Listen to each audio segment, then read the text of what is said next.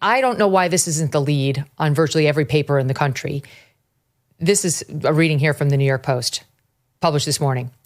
The headline, 6 migrants charged in South Carolina mom's murder.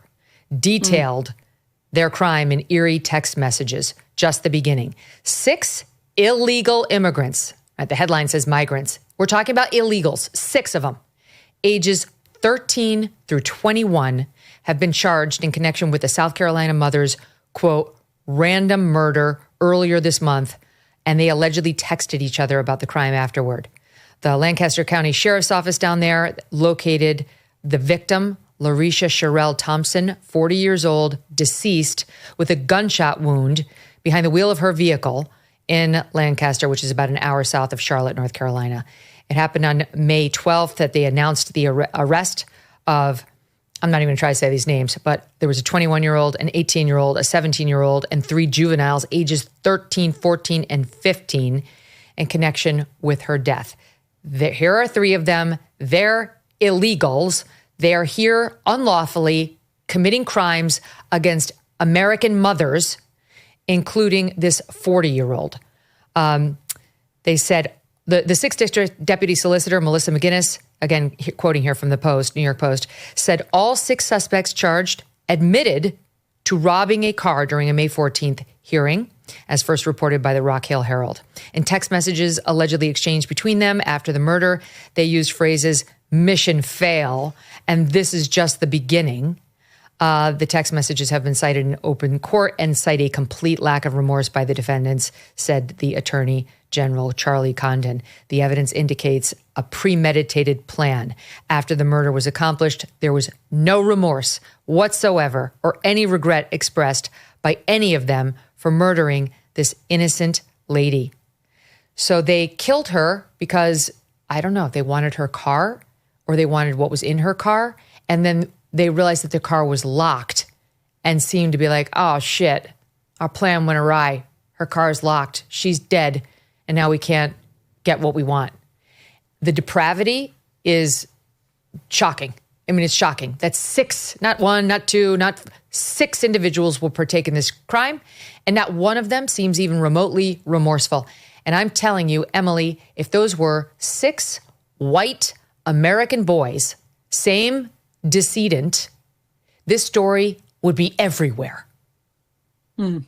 Yeah, that's right. And the other part of this that's just, it makes me crazy is when the pro-immigrant groups, libertarian and left-wing, will always regurgitate, and this is disputed, but they will always regurgitate their research that migrants to the country commit crimes at lower levels than the domestic population. I don't even want to get into whether or not that point is true. The only response to that is like, let's take you at your word for it, immigration advocates, open borders advocates, say that is true. You are bringing in desperate people who are destitute, do not have a lot of money, and are trying to find new ways to have money to buy all kinds of different things they need to survive, whether it's food or whether it's drugs, by the way. And of course, every single act committed against an American citizen by somebody who is not supposed to be here is too damn many. So it doesn't even take you at your word for it. Why would we have enough problems? Why do we need to deal with more problems caused by people who do not need to be here, who are desperate and are looking for different ways to survive because they don't have any money? I mean, it's just, and a lot of them are in debt to cartels. That's part of the last 5 years of mass immigration explosion is a lot of people come here, they pay cartels, or they go into debt for cartels and then are forced to do all kinds of stuff to get that money back, to pay off their debt so their relatives at home aren't killed, so that something doesn't happen to them domestically. Just such an insane, I mean, it's so maddening what that woman's family is going through. She was on her way to a birthday party. What the community is going through. I mean, it's a disaster.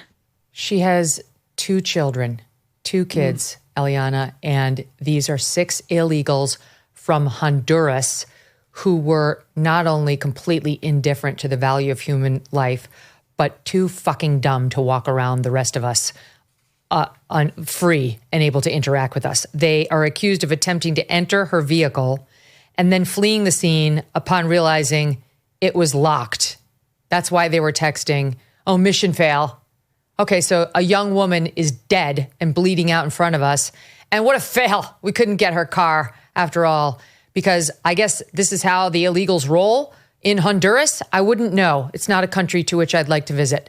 But they're running around amongst us. And now the ringleader, we find out, was previously arrested just in 2023 for domestic violence, which is another theme we see emerging around these illegals who do not have the same standard of care when it comes to human life as your average American does. And yet we're spending every day arguing about what kind of a hearing we need to give them before we kick their asses out of here. Can I just point out one similarity between this case and the Solomon case?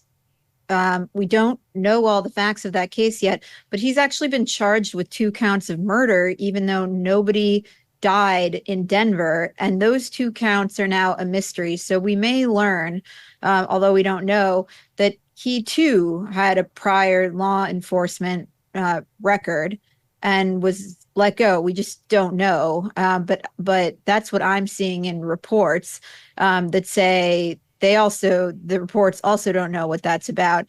But Megyn, I think you're hitting on why illegal immigration and these deportations have been such a potent issue for the president, because Americans read about cases like this, and it's not, in this case, it's not 1 assailant, but 6 who are here illegally, and the feeling is just outrage. And when Democrats come with the fact that, well, actually, on average, illegal immigrants commit less crime than the average citizen, that just doesn't resonate as a counter argument, because the feeling is that any single act committed shouldn't have been, because these people shouldn't have been in the country in the first place. And it's why names like Laken Riley become famous from coast to coast in this country, and why the issue of immigration has become such a potent one for Donald Trump from 2016 through, we're going on almost a decade.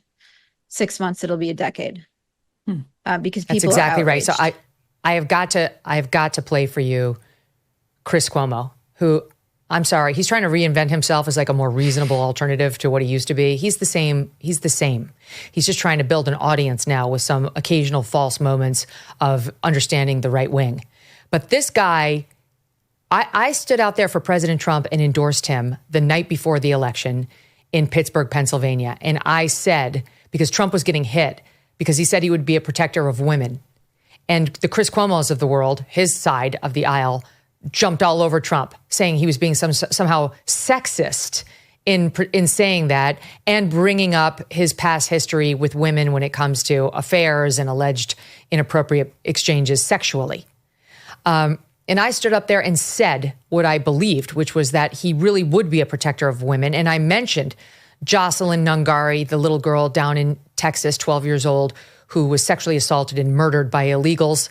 And I mentioned Laken Riley, and I said, among many other examples, that these are reasons I believe President Trump will protect young women. He won't allow the opening of the border and mass influx of dangerous illegals who will kill and rape the most vulnerable among us, our girls, our young, promising nursing students who only want to give back to communities like Laken.